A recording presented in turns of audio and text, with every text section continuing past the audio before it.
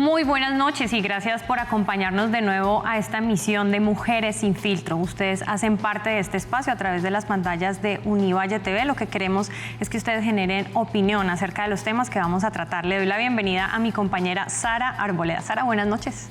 Muy buenas noches, Jessica, para usted y para todos nuestros televidentes. En esta nueva apuesta de la franja de opinión del canal universitario, del canal Univalle TV, pues nos hemos propuesto posicionar la opinión de las mujeres en diferentes temas de actualidad.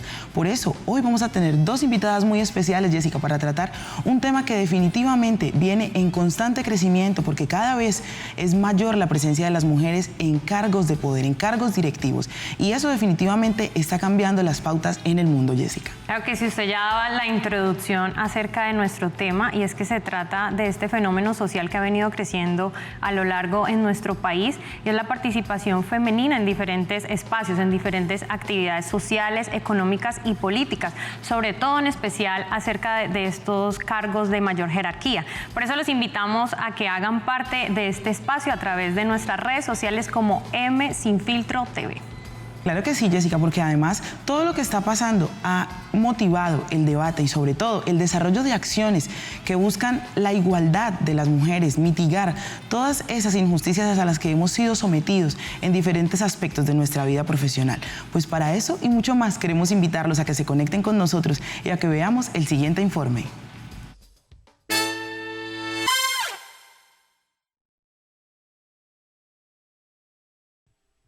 Las mujeres indudablemente han ganado espacios importantes en la toma de decisiones, no solo en espacios empresariales, sino también en espacios políticos donde se discuten temas de interés local, regional y nacional. Pero no ha sido un camino fácil. A partir de la consecución del voto en la década de 1950, se dieron bastantes luchas para lograr representación real en los espacios de decisión en Colombia. Las mujeres que hoy se dedican al ejercicio político son señaladas por una sociedad que, moralmente, se ha constituido para que sean los hombres quienes se ocupan de lo político y que juzgan a las mujeres que entran en pugna frente a este canon moral. Pese a lo anterior, hoy en día se ven mujeres en cargos importantes como presidencias, gobernaciones, alcaldías y ministerios, así como amplia representación parlamentaria.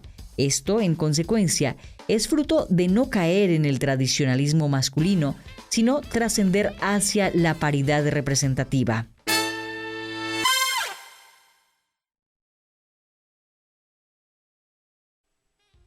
Ahí veamos un poco el contexto de la participación de la mujer en los diferentes ámbitos. Y para abordar este tema en esta noche, le doy la bienvenida a Liliana Arias Castillo. Ella es la vicerrectora académica de la Universidad del Valle, actualmente rectora encargada de la universidad.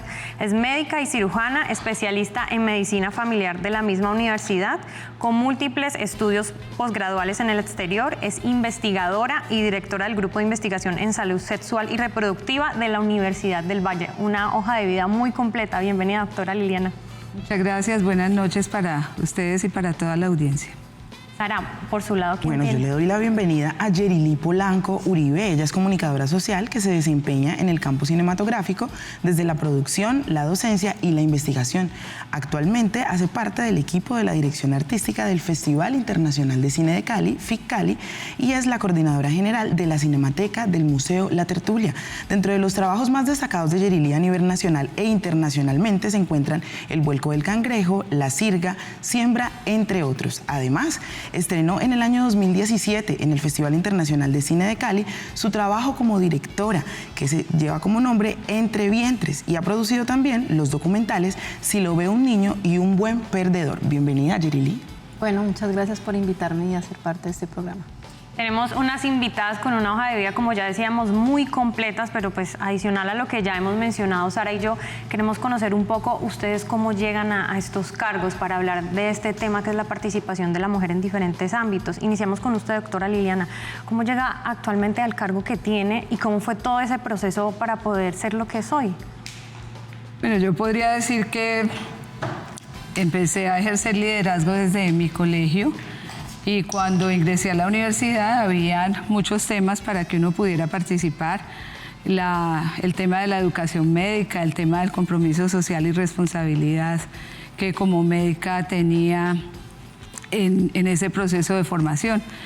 Y posteriormente pues hice mis otros estudios y siempre yo diría he tenido temas de liderazgo y he ocupado posiciones importantes que no son pues tan frecuentes para las mujeres. O sea, en la Facultad de Salud de la universidad yo fui elegida, esto es por votación popular, como decana de la Facultad de Salud. Estuve 2 periodos, en los 74 años de historia de la universidad, la única mujer decana en salud he sido yo. Logré la presidencia de la Asociación Colombiana de Facultades de Medicina y también he sido la única mujer en esa posición hasta ahora. Y así he ocupado otros cargos, presidenta de la Confederación Iberoamericana de Medicina Familiar, que reúne, agrupa 20 países de la región, miembro del Consejo Mundial de Medicina Familiar, y en la Academia de Medicina del Valle he sido presidenta por 2 periodos, también un cargo que siempre está ocupado por hombres. Creo que todos pues estos avances en la universidad he liderado distintos procesos, creación del servicio de salud, fundé la Oficina de Asuntos Internacionales y creo que básicamente pues es mi trabajo el que me ha llevado a que fuera designada como vicerrectora académica y a las distintas posiciones que he ocupado. Además me desempeño como investigadora, tengo cerca de 60 publicaciones y pues creo que hace parte de una responsabilidad personal, de compromiso, de tener unas metas claras y de básicamente ser coherente con lo que uno sueña y con lo que tiene que hacer para llevarlo a cabo. El tema de ser profesora durante tantos años en la universidad, el retroalimentarme de los estudiantes, el trabajar conjuntamente con ellos y algo muy importante que ha sido mi trabajo con la comunidad en Agua Blanca, con mujeres, empoderando todo el trabajo de mujeres, con mujeres de área rural, de cafeteros, con un proyecto de Naciones Unidas y el Comité de Cafeteros y diferentes actividades pues me han permitido que tanto a nivel individual en lo que tiene que ver con la misma consulta médica, por ejemplo, a nivel de familia por mi especialidad como médica familiar y a nivel comunitario por el compromiso que he tenido siempre en los distintos ámbitos, sean educativos o sean comunitarios, pues me han permitido llegar hasta este punto. Felicitaciones, una importante trayectoria. Yerili, tu carrera, ¿cómo llegas a donde, y a todos estos trabajos que mencionabas ahora que has realizado? Bueno, no, pues primero qué gusto estar aquí, ¿no? Pues creo que es bonito que haya un programa que se llame Ya Mujeres Sin Filtro y bueno, aquí compartir contigo pues tanto camino que como tú dices, muchos lugares digamos que no han sido el lugar de la mujer, aunque la mujer está en todas partes.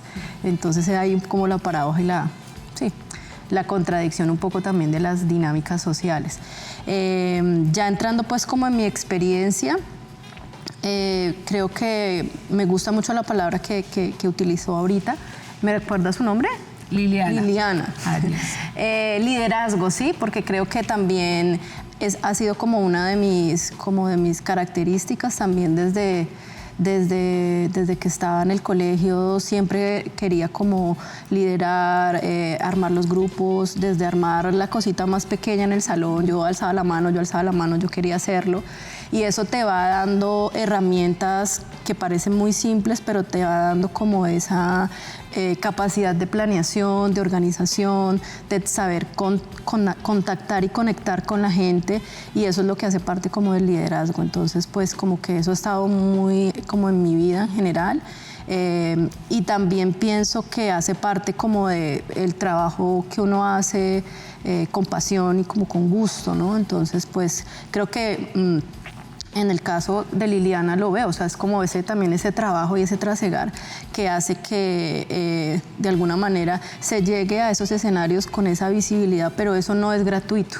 Eso tiene que ver con que uno trabaja muy de la mano con la gente, que es muy humano y que de alguna manera también se refleja en la creatividad que uno puede tener. Entonces, ser persona creativa también es un reto para mí diario de cómo relacionarme con las personas, es un reto creativo, pero también cómo crear cosas para los ámbitos en los que estoy. Entonces, obviamente desde mi lugar como productora de cine, pues siempre estoy como en mucho diálogo con los equipos, estoy también como diseñando y documentándome mucho de qué está pasando para uno poder, digamos, siempre proponer cosas nuevas o simplemente cambiar las dinámicas de lo que ya existe, ¿no? Como tratar de generar esos ambientes que te permitan de alguna manera dinamizar, potencializar todo lo que está allí, ¿no? Porque los escenarios están, o sea, en el caso mío el cine está, el festival está, la cinemática está, entonces como uno llega y le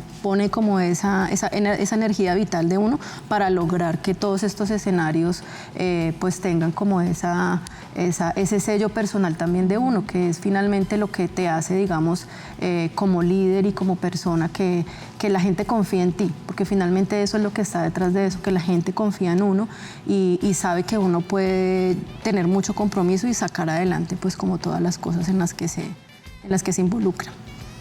Bueno, pues definitivamente ha sido todo ese trabajo y ese liderazgo lo que las ha llevado a ustedes a ocupar los cargos en los que están. Pero no podemos negar que vivimos en una sociedad patriarcal con sesgos completamente machistas y que definitivamente que haya mujeres ocupando espacios de poder, pues genera mensajes sociales. Doctora Liliana, ¿qué mensaje social considera usted que genera que la mejor universidad del suroccidente colombiano tenga a una mujer como usted, que ha sido pionera en muchos aspectos de formación de universidad, pero además que hoy ostenta el cargo de vicerrectora académica y en este momento es la rectora encargada? El tema es que ha logrado, ¿cómo se ha hecho eso? Pues, o sea, ya había hablado de la parte de constancia, de compromiso, de lo demás. Creo, hay un libro, yo soy sexóloga clínica, y hay un libro muy importante de María Luisa Lerer, una sexóloga argentina, que se llama Hacerse mujer en un mundo donde los varones no besan, ¿sí? Y es eso, o sea, yo creo que tenemos que trascender al discurso y bueno, eso me ha caracterizado en mi vida, o sea, soy muy seria en la parte de estudio, en la parte teórica, pero creo que uno tiene que trascender a llevar a la práctica realmente esos discursos, y esos discursos se llevan a la práctica con acciones, con trabajo en equipo, con responsabilidad, con ética, con profesionalismo, y esencialmente considero que eso ha sido un bastión muy importante de poder llegar hasta donde estoy. Hay algunos cargos, por ejemplo, el de decano. Yo fui candidata a rectora hace 8 años y también hasta ahora la única mujer que se ha presentado de candidata a rectoría en la Universidad del Valle he sido yo. Entonces, hay unas partes que son por voluntad y tú te sometes a que te elijan o no y compites diríamos, entre comillas, en igualdad de condiciones. Hay otros cargos que se generan porque te designan a ti. Pero yo digo que indistintamente, cualquiera que sea, lo que tiene que estar siempre es no es solamente la capacidad, sino es la manera de poderse relacionar. Para mí lo fundamental es que el ser humano, la persona, está primero que cualquier profesión o título que tú tengas, porque si tú no eres persona, no vas a lograr lo demás. Entonces creo que un componente fundamental ha sido eso, persona en un sentido integral de la palabra, en el cual como ser biopsicosocial tú no demuestras simplemente un conocimiento, sino una capacidad ya habíamos hablado del liderazgo, del trabajo en equipo, del respeto por las otras personas y del respeto a la diversidad. Y uno puede generar el respeto en la medida en que uno respete a los demás. Y en ese sentido se sobrevive en una sociedad machista. Obviamente, sí, hay muchas cosas. Te pueden decir que pesar que usted sea mujer, porque si no sería ideal para este cargo. Puede ser que no sea mi caso o puede ser que se haya dado para otras personas, pero el tema es cómo tú compites con tus habilidades, tus conocimientos, tus aptitudes y actitudes para sobrevivir en un ambiente que, aunque ha cambiado, todavía no es el óptimo, porque sabemos que hay desigualdad en los salarios, sabemos que hay desigualdades por el tema, por ejemplo, de que la mujer se puede embarazar, entonces va a pedir licencias. Ahora, con lo que se trabaja de las licencias de paternidad también, digamos que eso se va a desaparecer un poco, pero indudablemente sí, el tener que la mujer, que además es multitarea por toda su configuración cerebral y su ambiente, pero tener que atender el hogar, los hijos, el trabajo, la responsabilidad social, pues obviamente son unas cargas que son diferentes en el caso de la mujer y en el caso del hombre. Perfecto, doctora. Más adelante vamos a continuar hablando acerca de este punto que usted tocaba. Nosotros vamos a nuestro primer corte a patrocinadores y al regresar vamos a hacer referencia acerca del papel, de esa labor que tiene la mujer en el mundo de la cinematografía. No se desconecten, ya nos vemos.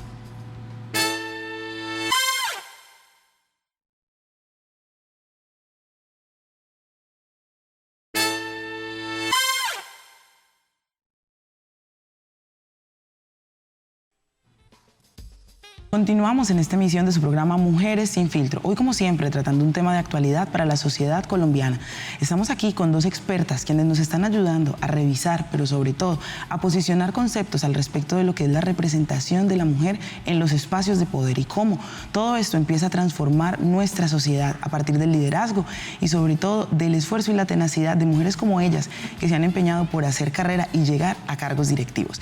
Antes de irnos a la pausa, Yerili y Jessica dejaba una pregunta y es: ¿cómo ves tú la representación de la mujer desde la cinematografía? No solamente desde tu punto como productora, sino en términos de realización, la representación que hay de la mujer desde su experiencia. Pues yo creo que el caso no es muy diferente del que venía hablando Liliana. Justamente hace poco estaba leyendo un artículo sobre feminismo y cine y cómo el feminismo ha aportado, digamos, a encontrar dentro del discurso de un lenguaje artístico, digamos, un lugar para pensarse el lugar de la mujer. Entonces, pues hay estudios que hablan un poco más acerca como de quiénes son las que hablan en las películas. Entonces hay unos test, el test de Bench, cuántas veces hablan las mujeres y de qué hablan, ¿no? Entonces hay unos test que existen. Y claro, cuando uno ve las estadísticas, digamos que, por ejemplo, recientemente hubo un debate acerca de las mujeres superhéroes, ¿no? Casi siempre son hombres, ¿no? No mujeres. Entonces, ¿qué pasa cuando aparecen mujeres superhéroes en las películas, ¿no? O como mujeres protagonistas también en las películas y sobre todo también de qué hablan, ¿no? Entonces, creo que allí hay como un lugar de análisis importante y el feminismo, digamos, ha aportado a pensarse, bueno, ¿qué está pasando allí, no?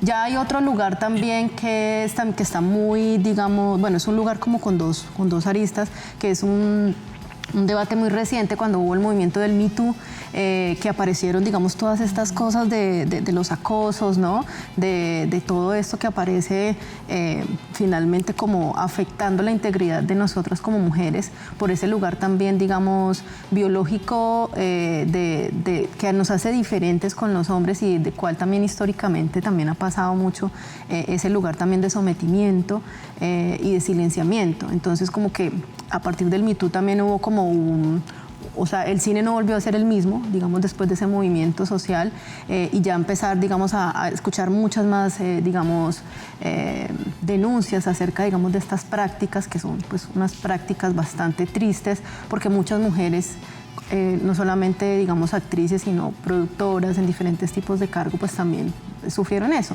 Entonces allí también hay como ese lugar. Y el otro lugar está en que no hay mujeres directoras, ¿no? Entonces pueden haber mujeres en los equipos de cine, pero usualmente no hay muchas mujeres directoras. Estadísticamente también es como ni siquiera llega al 10% y en el caso colombiano muchísimo más.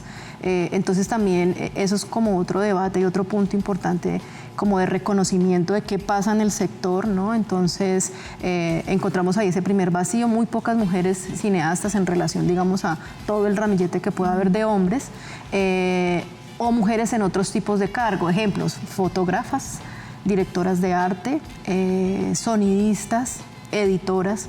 incluso productoras, aunque realmente sí, al menos en la historia del cine colombiano, las mujeres han sido, digamos, más, hay un volumen alto de mujeres productoras de cine que hombres, pero pues digamos que eso es como un puntico pequeño, digamos, históricamente hablando. Entonces están como todos esos tres escenarios y creo que es un lugar que apenas está empezando a visibilizarse, a repensarse y a realmente encontrar justamente esos espacios que creo que pienso que están negados históricamente por un sistema patriarcal, por un sistema de valores y por un sistema que ha justamente...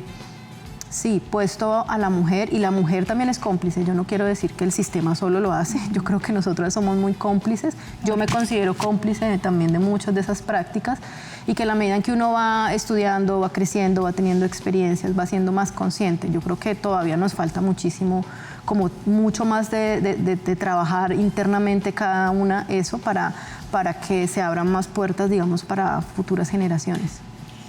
Precisamente de Naciones Unidas salió hace muchos años un informe que es de la Cuarta Conferencia Mundial sobre la Mujer en Beijing, donde se habló de garantizar la igualdad del acceso a las mujeres en los diferentes espacios. ¿Realmente se está viendo esto el día de hoy? ¿Cuánto nos falta? Pues se ha recorrido camino, pero todavía falta. Yo te puedo hablar en el caso de salud y particularmente de medicina. Les decía que cuando me gradué en 1982 de médica, nos graduamos 117 y las mujeres éramos escasamente 20. Y eso que allí pues ya había un camino recorrido.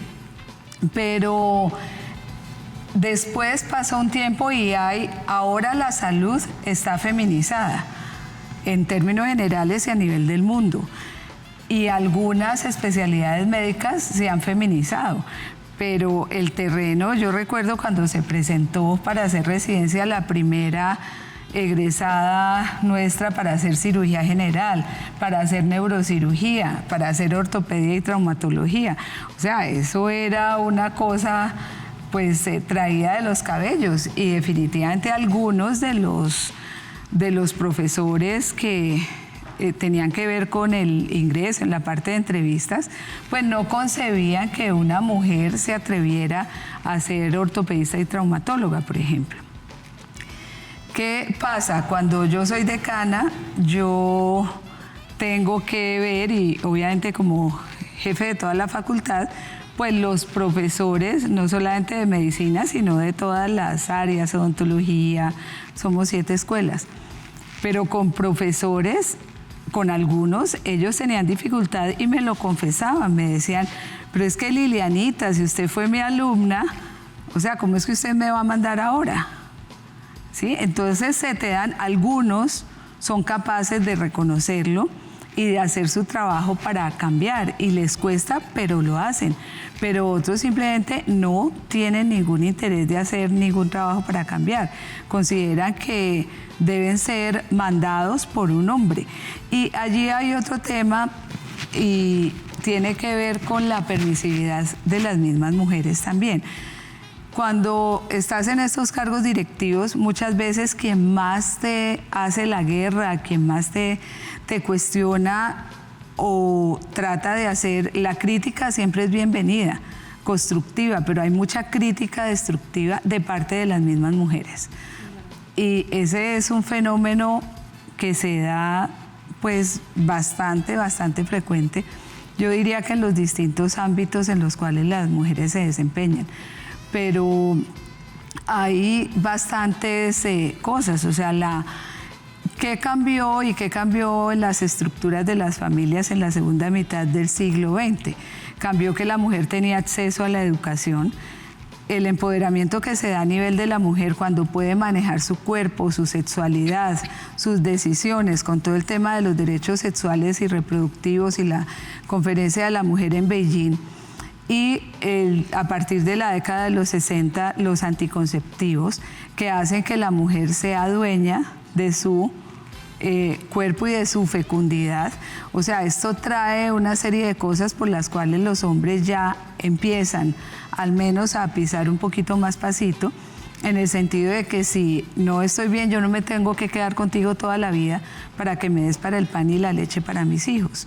O sea, yo tengo la capacidad de trabajar, he tenido la capacidad de educarme y esto se da en los distintos niveles. O sea, las mujeres, yo he trabajado mucho en Agua Blanca y en estratos socioeconómicos bajos e independiente de esos ingresos, el tema de que la mujer pueda tener autoeficacia, pueda tener liderazgo, pueda empoderarse a sí misma sabiendo que vale, mejorar su autoimagen y autoestima, te va a empezar a dar cambios y te va a generar el respeto de los otros, en este caso de los hombres.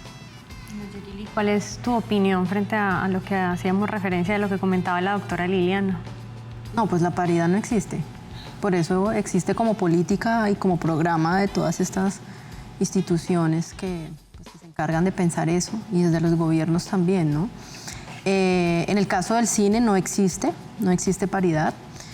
Solamente hay un país, creo que es Suecia, que sí emprendió un programa hace como 4 años y en este momento ya tienen paridad en términos de todo, digamos, el sistema del sector cinematográfico, y eso pues es como una noticia muy reciente, pero es un país dentro de todo este globo terráqueo y ambas, pues obviamente un país del tercer mundo, ¿no? Entonces, bueno, del primer mundo, perdón. Entonces, pues sí, no existe y como les decía, o sea, creo que aquí en Colombia por lo menos faltan más mujeres directoras, faltan más mujeres fotógrafas, faltan más guionistas, o sea, falta encontrar como realmente ese equilibrio, ¿no? Y creo que todo eso está causado a pesar de que lo que acaba de decir Liliana, o sea, todas estas cosas que han pasado y que han sido resultado también de los movimientos sociales, como por ejemplo la educación, creo que eso cambió definitivamente, digamos, la relación de las mujeres con su entorno, votar, obviamente, ser reconocido como sujeto de derechos, como ciudadana, obviamente las anticonceptivas, aunque yo personalmente no estoy de acuerdo, digamos, con este tipo, digamos, de medicina, porque afecta, digamos, la relación de la mujer con su propia, digamos, ciclo normal y natural, pero sí que supe y sé lo que significó, digamos, históricamente esa autonomía que tú decías, ¿no? O sea, yo decido sobre mi cuerpo. Entonces creo que esas cosas han sido grandes pasos, pero aún creo que en las cotidianidades, en las cosas pequeñas, con tu papá, con tus tíos, con tus novios, con tus amigos, como ella decía, con los compañeros que ahorita son jefes o no son jefes, ¿no? Todas estas pequeñas violencias simbólicas son las que todavía están ahí, porque los grandes cambios ya se hicieron. Yo creo que los grandes cambios ya se hicieron, pero todas estas pequeñas cosas en las cotidianidades creo que siguen afectando mucho la relación humana y el lugar que ocupamos la mujer. Y sin duda también un trabajo muy grande que yo sí pienso que es muy importante, y es que la mujer realmente se crea que sí puede. Cuando Liliana habla de, bueno, hay que trabajar con las mujeres, hay que empoderarlas, realmente ese es otro trabajo, esa es otra historia y nos corresponde a nosotras, porque sí es una cuestión que traemos y arrastramos prácticamente, como que no sabemos por qué, pero entonces vivimos en el silencio, vivimos con miedo, y eso permite que muchas mujeres no tengan esa confianza para ejercer ese liderazgo que todos los seres humanos, digamos, tenemos esa capacidad. Bueno, pues muy interesante lo que han expuesto para nosotros nuestras invitadas, ¿no? Construcción de conceptos sociales, pero además el trabajo por el empoderamiento. El 2014 definitivamente fue un año histórico para América Latina. 4 mujeres logran llegar al primer cargo de diferentes países: Chile, Argentina, Costa Rica. En Colombia hoy vivimos una vicepresidencia, pero ¿qué faltará todavía en la sociedad colombiana para que una mujer pueda llegar al primer cargo, al cargo más representativo de la nación? Quiero invitarlos a que vamos a una pausa para seguir debatiendo en nuestro programa Mujeres sin Filtro.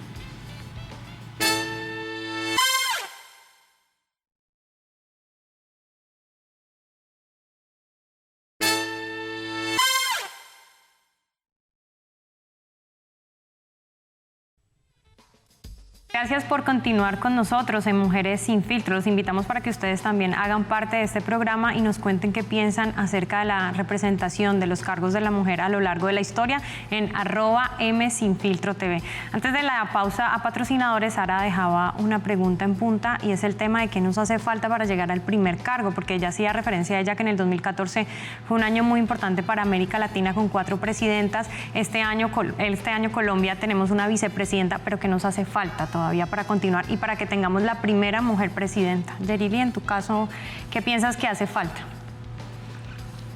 Tiempo. Yo creo que no estamos tan lejos. Creo que en la medida en que muchas más mujeres, digamos, vengan de ser concejalas, de ser diputadas, congresistas, líderes de fundaciones, yo creo que en esa base social está.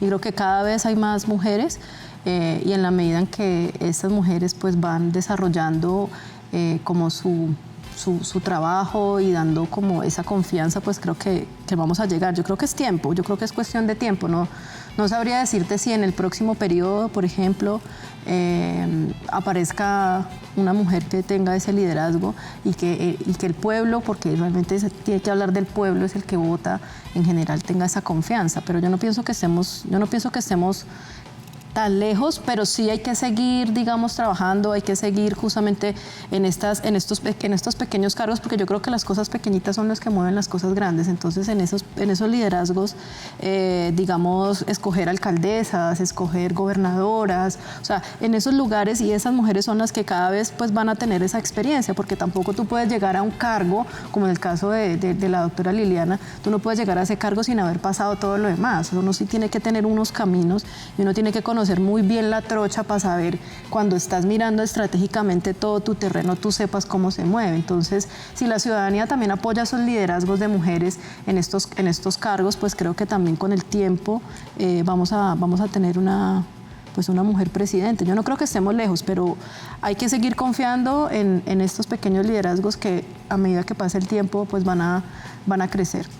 Bueno, Yerili nos hablaba un poco de tiempo, pero aquí en Colombia tenemos un caso muy representativo y es el de Noemí Sanín, ¿no? Una mujer que logró llegar a candidata y que generó, digamos, cohesión social en su momento. Estuvo en un momento muy neurálgico de la sociedad colombiana, pero entonces, en términos de ese tiempo y del caso de la doctora Noemí Sanín, ¿cómo podemos interpretarlo, doctora Liliana? ¿Será realmente ese tiempo o qué será todavía lo que nos falta como sociedad? Pues en el caso de la doctora Noemí Sanín se da, como lo mencionas tú, en un contexto histórico bastante complicado y ella tenía todo el tema de lo que había sucedido en el Palacio de Justicia cuando ella estaba con su Ministerio de Comunicaciones y demás. Y como se dice, la fruta se cae del árbol cuando está madura.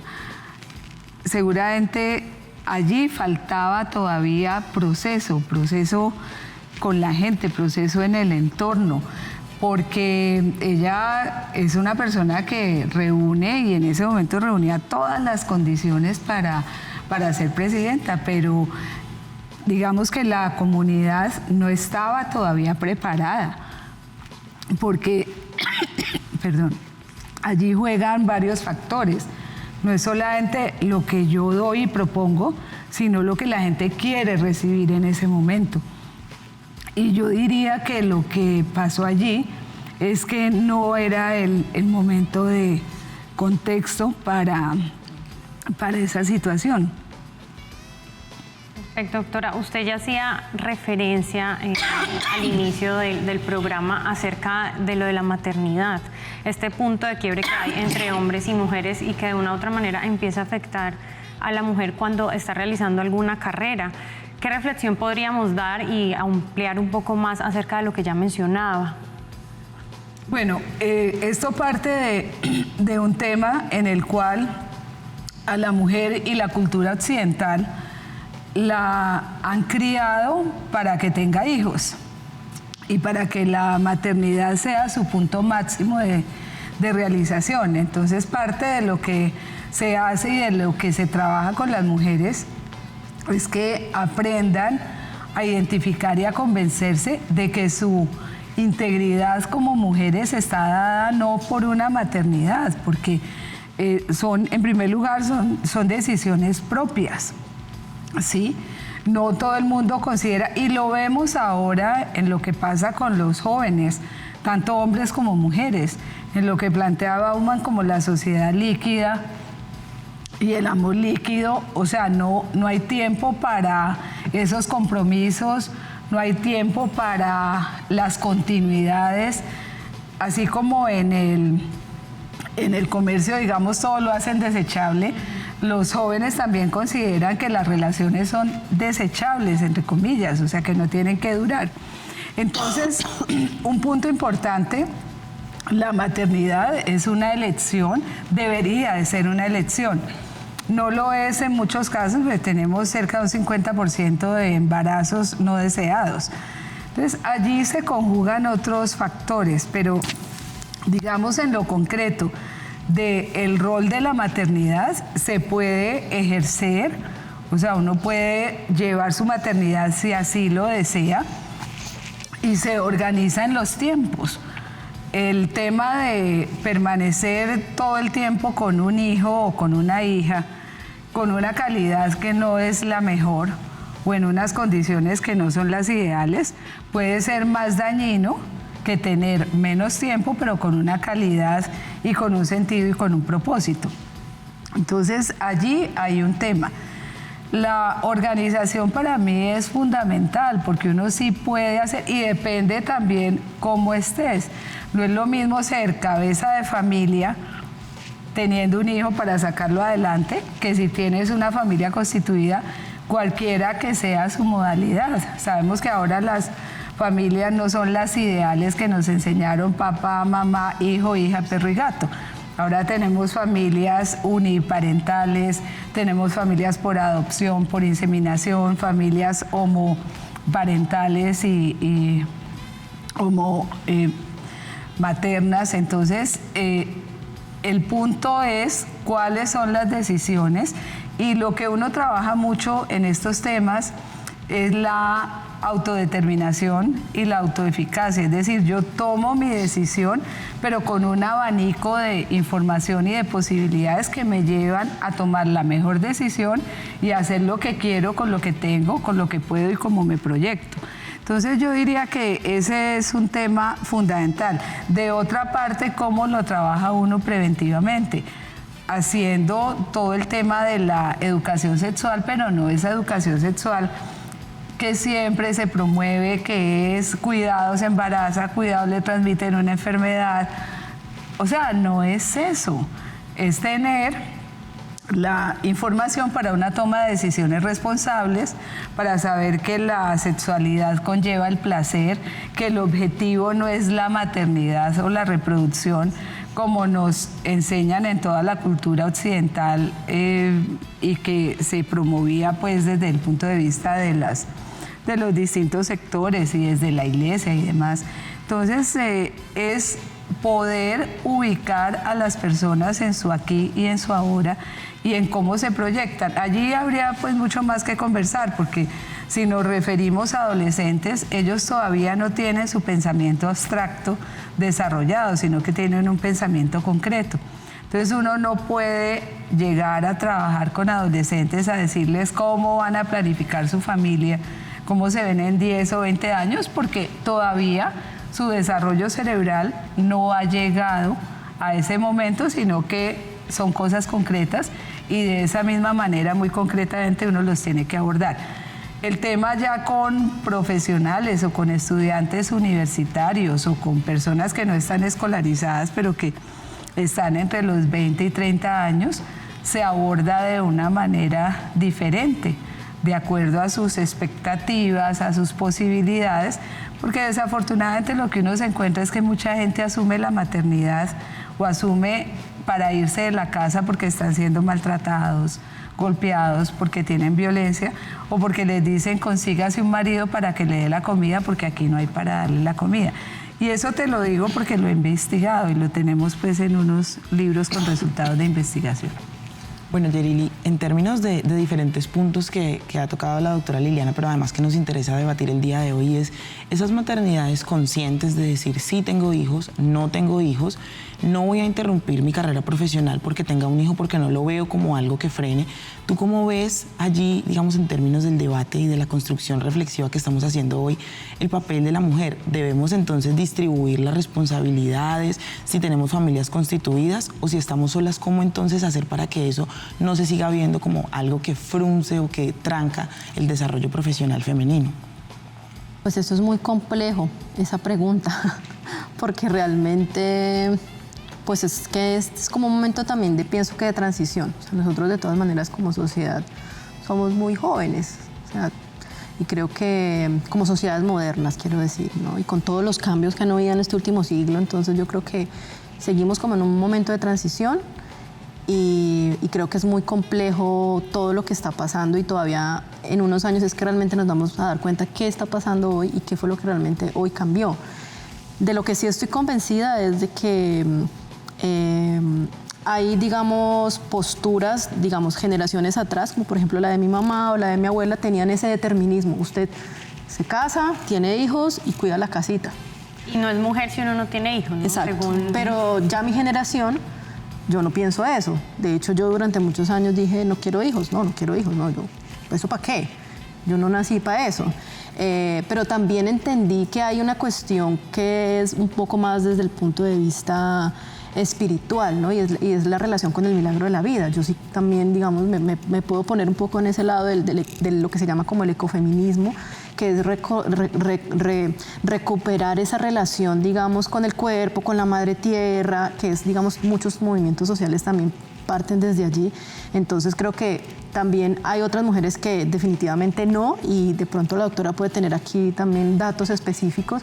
Por ejemplo, muchas mujeres con quistes y con muchos problemas de infertilidad, porque finalmente también esos pensamientos también afectan tu cuerpo. Entonces, digamos que ahí la balanza está como en una tensión. Yo siento que en este momento la cosa está en una tensión.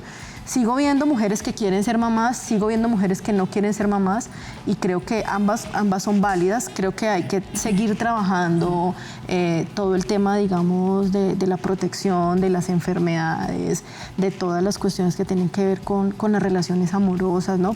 Ayer casualmente estaba viendo un youtuber que hablaba del poliamor, e incluso encontré, y no lo he podido investigar, pero que hay una organización o un colectivo que se llama Poliamor Bogotá. Entonces, ¿cómo entender, digamos, estas nuevas formas de relacionarse en las cuales, digamos, hay cosas que ya no son como antes, simplemente ya no son como antes, y hay que acogerlas, hay que observarlas, hay incluso que vivirlas para uno poderse, digamos, enfrentar a eso?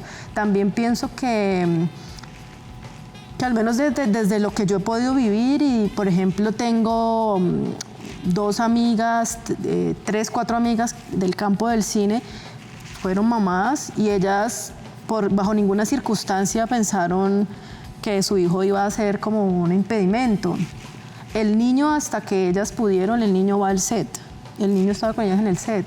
O sea, el papá incluso acompañaba, pero nunca se truncó eso, y creo que eso también hace parte de esta generación, de cómo también los hombres también están generando un cambio.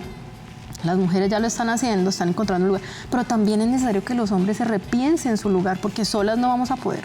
Solas definitivamente no podemos, y se requiere también de toda esa estructura, también de esa energía masculina, de ese lugar de lo masculino, para que también encuentre ese lugar que está allí. Entonces, para mí ha sido muy bonito ver estas amigas que han tenido hijos, y que ir a un rodaje es irte a someter, digamos, a un nuevo espacio-tiempo, que es rodar y crear un mundo, y que ellas bajo ninguna circunstancia dijeron, pues no voy porque estoy con mi bebé. No, mi bebé se va conmigo, y venga esposo, véngase conmigo, y venga, hagámoslo juntos. Y entonces también creo que esas cosas son las que están cambiando en este momento, y el rol de los padres también está cambiando, y es muy necesario que no solo pensemos las mujeres solitas, sino que lo pensemos todos como sociedad.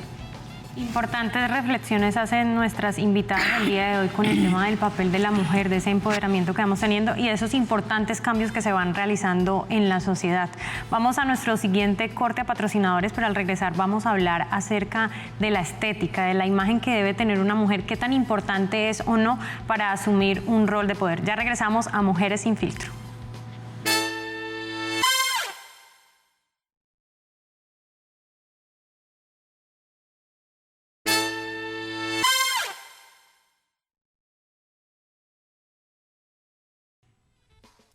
Gracias, queridos televidentes, por continuar con nosotros en esta emisión de su programa Mujeres sin Filtro. Hoy, como siempre, tratando un tema de actualidad para la sociedad colombiana, sobre todo hoy en un aspecto muy reflexivo, Jessica. Siento que este programa, a diferencia de otros, pues ha tenido un toque muy reflexivo porque hemos podido conocer las experiencias de dos mujeres que a través de su trabajo y de su liderazgo han llegado a ocupar diferentes cargos de poder en la sociedad caleña al día de hoy. Una en la universidad más importante del suroccidente colombiano, la Universidad del Valle, como vicerrectora académica y en ese momento rectora encargada, y otra como parte del equipo de arte del Festival Internacional de Cine de Cali y como directora de la Cinemateca La Tertulia, uno de los espacios más importantes para la difusión cultural del suroccidente colombiano. Así que para continuar con este debate con Liliana y Yerili, quisiera preguntarles la estética. ¿Qué papel juega la estética femenina para ocupar cargos de poder? ¿Cómo tenemos que vernos? ¿Cómo tenemos que estar? ¿Han tenido ustedes en el desarrollo de sus cargos algunos, digamos, impases debido a que les exijan verse de alguna manera o que deban encajar con un estilo para poder ocupar los cargos en los que han estado? Bueno, en mi caso no, nunca me han exigido que tengo que estar de tal o cual manera. Lo que pasa es que mi conceptualización es que yo difiero en algunas cosas con que, pues, para ser mujer y buscar igualdades, entonces uno se tenga que poner corbata o tenga que no cuidarse. O sea, para mí y obviamente hablo como mujer, como persona, pero soy sexóloga clínica, entonces la parte de la apariencia, la parte de despertar el erotismo, la parte de conquista, todo eso pues tiene que ver también lógicamente con la presentación personal y cómo se sienta uno. Yo puedo decir que desde chiquitica siempre me he preocupado por mi apariencia, por el cómo estoy, no por el cómo pues me van a ver, por sentirme bien conmigo misma. Y para mí es fundamental. Yo he trabajado con hombres en el tema de nuevas masculinidades, con Frank Gardel, con Aaron Kippings, y ellos también tienen su parte y también sufren, y también, o sea, uno no puede generalizar que es que todos los hombres están pues machistas. A veces, y lo digo con respeto, son más machistas las mismas mujeres, como decía hace un rato. Entonces, para mí el tema de estar bien con uno mismo, sea en unos jeans, sea con vestidos, sea con lo que cada persona quiere estar. Lo que me parece que no va en ninguna parte es que te presentes a un trabajo sin peinarte, desarreglado, con ropa sucia, con ropa ajada. Entonces eso para mí ya no es cuestión de feminismos o machismos o de otras cosas, es cuestión de la misma responsabilidad propia y la misma autoestima. Y eso te lleva a que personas, por ejemplo, que entran en depresión, que lo que primero se afecta es la parte de presentación personal y su autoestima, pues entonces dejen de bañarse, de cuidarse y lo demás. Pero definitivamente no, nunca me han exigido que esté de tal o cual manera en los cargos que he desempeñado. Yerili, y desde la parte cinematográfica de los cargos que tú has tenido, que has ostentado hasta el momento, ¿en algún momento te ha pasado? No. Ni nadie me lo ha exigido ni me lo he autoimpuesto, porque también yo sí creo que hay que reconocer que sí hay unos, digamos, estereotipos de mujer que la publicidad sobre todo, ¿no? Pondera, ¿no? Valora más, ¿no? Entonces la mujer, digamos, en el caso particularmente de una ciudad como Cali y con una historia, digamos, social donde el narcotráfico también llevó a muchas mujeres a, por ejemplo, tener implantes de senos, implantes de nalgas. Entonces eso también generó una estética muy distinta y toda la publicidad lo que hacía era bombardear eso, ¿no? Entonces ratificarlo sí, como ratificarlo, ¿no? Entonces yo sí recuerdo en la adolescencia sentirme poca cosa porque yo no tenía o no tenía lo que ese canon decía, ¿no? Entonces como que finalmente pues uno sí, como tú decías ahorita, en la adolescencia uno está todavía ahí como el pollito a ver para dónde saca la cabeza. Pero en la medida en que fui, digamos, entré aquí a la universidad, por ejemplo, como egresada, una cosa que yo valoro mucho es haber estudiado en una universidad pública, porque es un lugar de libre pensamiento, de la libre expresión de tu libertad y de conocer tantas formas posibles y de acceder a tantas cosas. Entonces eso también, digamos que ya te forma y te da un lugar. Y entonces finalmente, ¿a qué llega uno? Pues a sentirse bien con uno mismo. Creo que es el principio, es lo principal, a que uno, digamos, se acepte, digamos, desde su naturaleza sin tener en cuenta esos estereotipos. Además, porque esos estereotipos a mí me suelen sacar un poco como de quicio y decir, cuando hay mujeres que se autodenominan feas, yo no lo puedo creer, porque me parece que todos los seres humanos somos de una belleza única, o sea, cada ser humano es único. Y creo que finalmente eso sí es como un karma, digamos, que sí tienen que ver mucho los medios de comunicación, de cómo reproducen, ¿no? Entonces la Barbie, ¿no? Entonces hay demasiadas informaciones rodando en el mundo que definitivamente sí afectan, por ejemplo, la visión que tienen los niños o los adolescentes, y en la medida en que ya uno crece y pues también, digamos, tiene posibilidad de acceder a otros tipos de conocimiento y de relacionarse, pues ya uno dice, bueno, no me voy a comer, yo tuve Barbies y las Barbies me parecían entre comillas lindos, pero ahora a mí me encanta otro tipo de, digamos, de pensar, digamos, una muñeca que sea distinta, ¿no? Que esté más real y más cercana, digamos, a nuestras personalidades, digamos, por ejemplo, andinas o afros, ¿no? Y ya también están empezando a haber también empresas que hacen muñecas afro, por ejemplo, que hacen muñecas indígenas. Entonces también tiene que ver con situaciones también de leyes del mercado que solo te presentan esa opción. Entonces la gente cree que esa es la única opción y cree que eso es lo único bonito que hay, que cree que eso es lo único, ¿no? Obviamente también desde, digamos, periodos mucho más antiguos, ¿no? Desde, por ejemplo, Grecia, que tenía esta cuestión también con el cuerpo. Hay muchos patrones que están allí, pero lo importante siempre es como tener la mente abierta para saber que existen esas otras posibilidades de existencia y de ser y de valorarse mucho, porque finalmente, al final del día, tú estás tú con tú, yo con yo. Y finalmente es en ese lugar donde tú encuentras tu tranquilidad y tu paz. Así es, y es que definitivamente, como ya lo decían, cada persona es un mundo totalmente diferente y lo importante es aceptarnos tal y como somos. Por eso nosotros salimos a las calles de la ciudad para conocer las diferentes visiones que tienen las personas acerca de la representación de la mujer en los cargos de poder.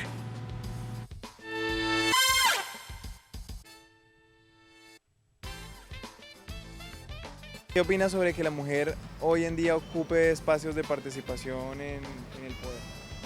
Yo creo que pues está bien, no deberíamos de superar a los hombres, ¿no? Porque los hombres son representación en la parte masculina de la parte celestial. No deberíamos de superarlos, pero pasa, y pienso que si las mujeres gobernáramos, pues estaría mejor gobernado este país, porque pues las mujeres estamos en tanto de todo, nos damos de cuenta de la economía del hogar, en general, realmente en general. Entonces pienso que está muy bien. Pienso que la posibilidad de que la mujer tenga responsabilidades en la sociedad actual, en el sector económico, político, administrativo, gerencial, social, en los medios de comunicación, es un tema de equidad que no tiene nada que extrañarnos. Pienso que hoy es lo más común. Sin embargo, hay algunos sectores económicos y sociales que se han demorado muchísimo en que lleguemos a algunas esferas. Debemos lograr cada vez más, y ese también es un desafío que tenemos las mujeres: arriesgarnos más, postularnos más, atrevernos a aplicar a esos espacios para conquistarlos como debe ser. Bueno, pues opino que es una función muy importante, porque igual pues la mujer tiene las suficientes destrezas para ocupar cualquiera de estos rangos, así como lo puede hacer un hombre. Pues me parece algo muy importante, considero que hasta el momento ya hemos avanzado, pero se le podría dar más participación. Me parece que las mujeres tenemos la capacidad completa para poder participar en diferentes espacios de poder, y bueno, pues también como contar con la intuición femenina, que me parece muy importante. Y bueno, como la dedicación que nosotras podemos llegar a imprimir en cualquier tarea que nos propongamos.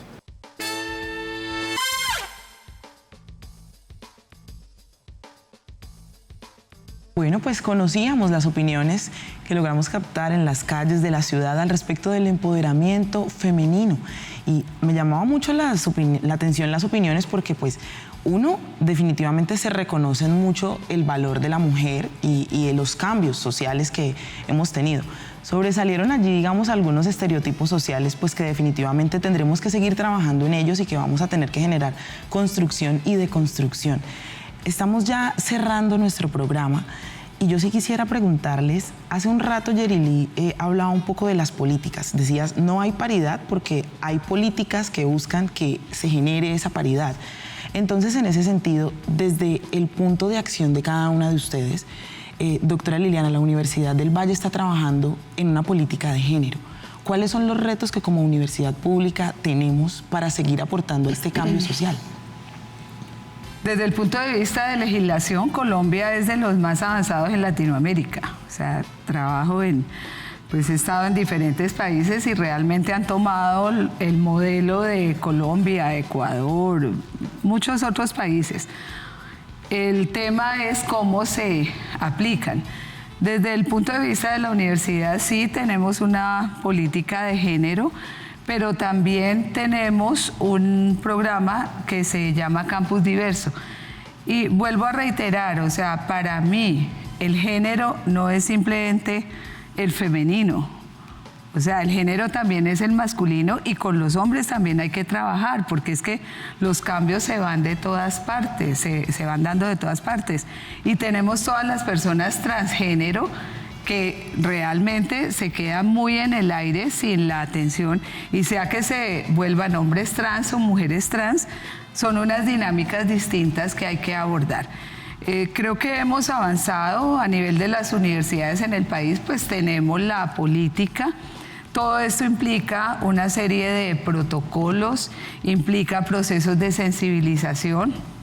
Por ejemplo, yo manejo el tema de Campus Diverso y allí hemos hecho sensibilización no solamente con los mismos estudiantes, sino con profesores.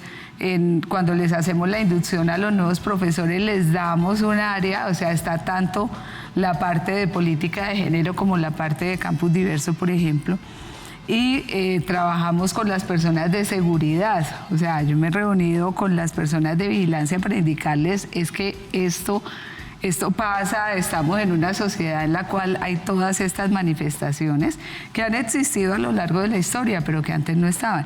Entonces yo creo que el tema, como decía hace un rato, es no quedarnos en la teorización, sino que nosotros tenemos que trascender a que esas políticas que se hacen se conviertan en realidad, y allí se incluye todo el otro tema que están de nuestros días, que son los acosos, los abusos sexuales, el bullying o el matoneo que se da y que cubre las distintas esferas y los distintos niveles, porque lo encontramos entre los mismos estudiantes, lo encontramos en las relaciones de poder profesor-estudiante.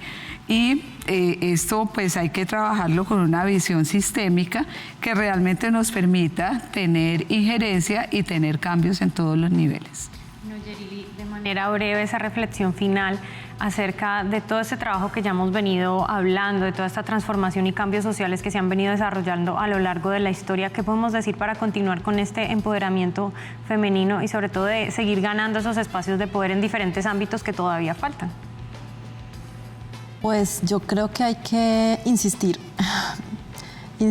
un poco como en los caminos propios, que digamos son los que van a permitir que también otras personas, no solamente mujeres, sino también hombres. A mí me parece súper importante que también los hombres se piensen, ¿no? Esta escritora nigeriana Chimamanda dice todos debemos ser feministas, y yo también digamos que me gusta mucho esa frase porque creo que todos tenemos que ponernos en ese mismo lugar, y que históricamente estamos llamados a seguir haciendo esos cambios. Y en el caso mío particular, como les digo, o sea, insisto en algo y creo que es ahorita, tengo un proyecto de justamente hacer un laboratorio para que más mujeres escriban guiones y para que dirijan. Entonces yo quiero como que a futuro ese proyecto, se llama Quillari Cine Lab, exista, se vaya materializando, y ese es un poco como un proyecto mío personal a largo plazo en el que yo espero que eso funcione. Entonces como que desde mi lugar también es como, este es mi pequeño proyecto, este es mi caballo de batalla, y que así muchas otras personas también vayan haciendo. En Cali, por ejemplo, hay un círculo de producción literaria, Casa Habitada, talleres de escritura femenina para mujeres, que se llama Una Habitación para Escribir, que está basado pues en todo esto de la escritora famosa de Virginia Woolf, que se llama Un Cuarto para Escribir. Entonces creo que hay muchas iniciativas que están existiendo, que necesitan también conocerse y visibilizarse y que necesitan seguirse haciendo. Entonces, pues desde allí también el llamado, uno, a que nosotras mismas lo hagamos, y dos, a que nos conozcamos, nos reconozcamos, y a que esas políticas, en el caso por ejemplo de la universidad, pues sigan existiendo y en más escenarios sigan pues como desarrollándose este tipo de acciones. Bueno, pues de esta manera cerramos una emisión más de nuestro programa Mujeres sin Filtro. Hoy con una emisión muy reflexiva al respecto de dos historias de mujeres que a través, como lo he repetido, porque me parece que hay que ser reiterativos, hay que generar esa conciencia. Con ese ejemplo vamos a ir generando que otras chicas o que otros chicos también se empoderen al respecto de lo que son los cambios sociales, que significa el poder reconocernos a unos y otros como iguales. Muchas gracias, Liliana, Yerili, por acompañarnos la noche de hoy en esta emisión de nuestro programa Mujeres sin Filtro. Jessica, muchas gracias siempre por estar aquí. También, Sara, feliz noche para todos.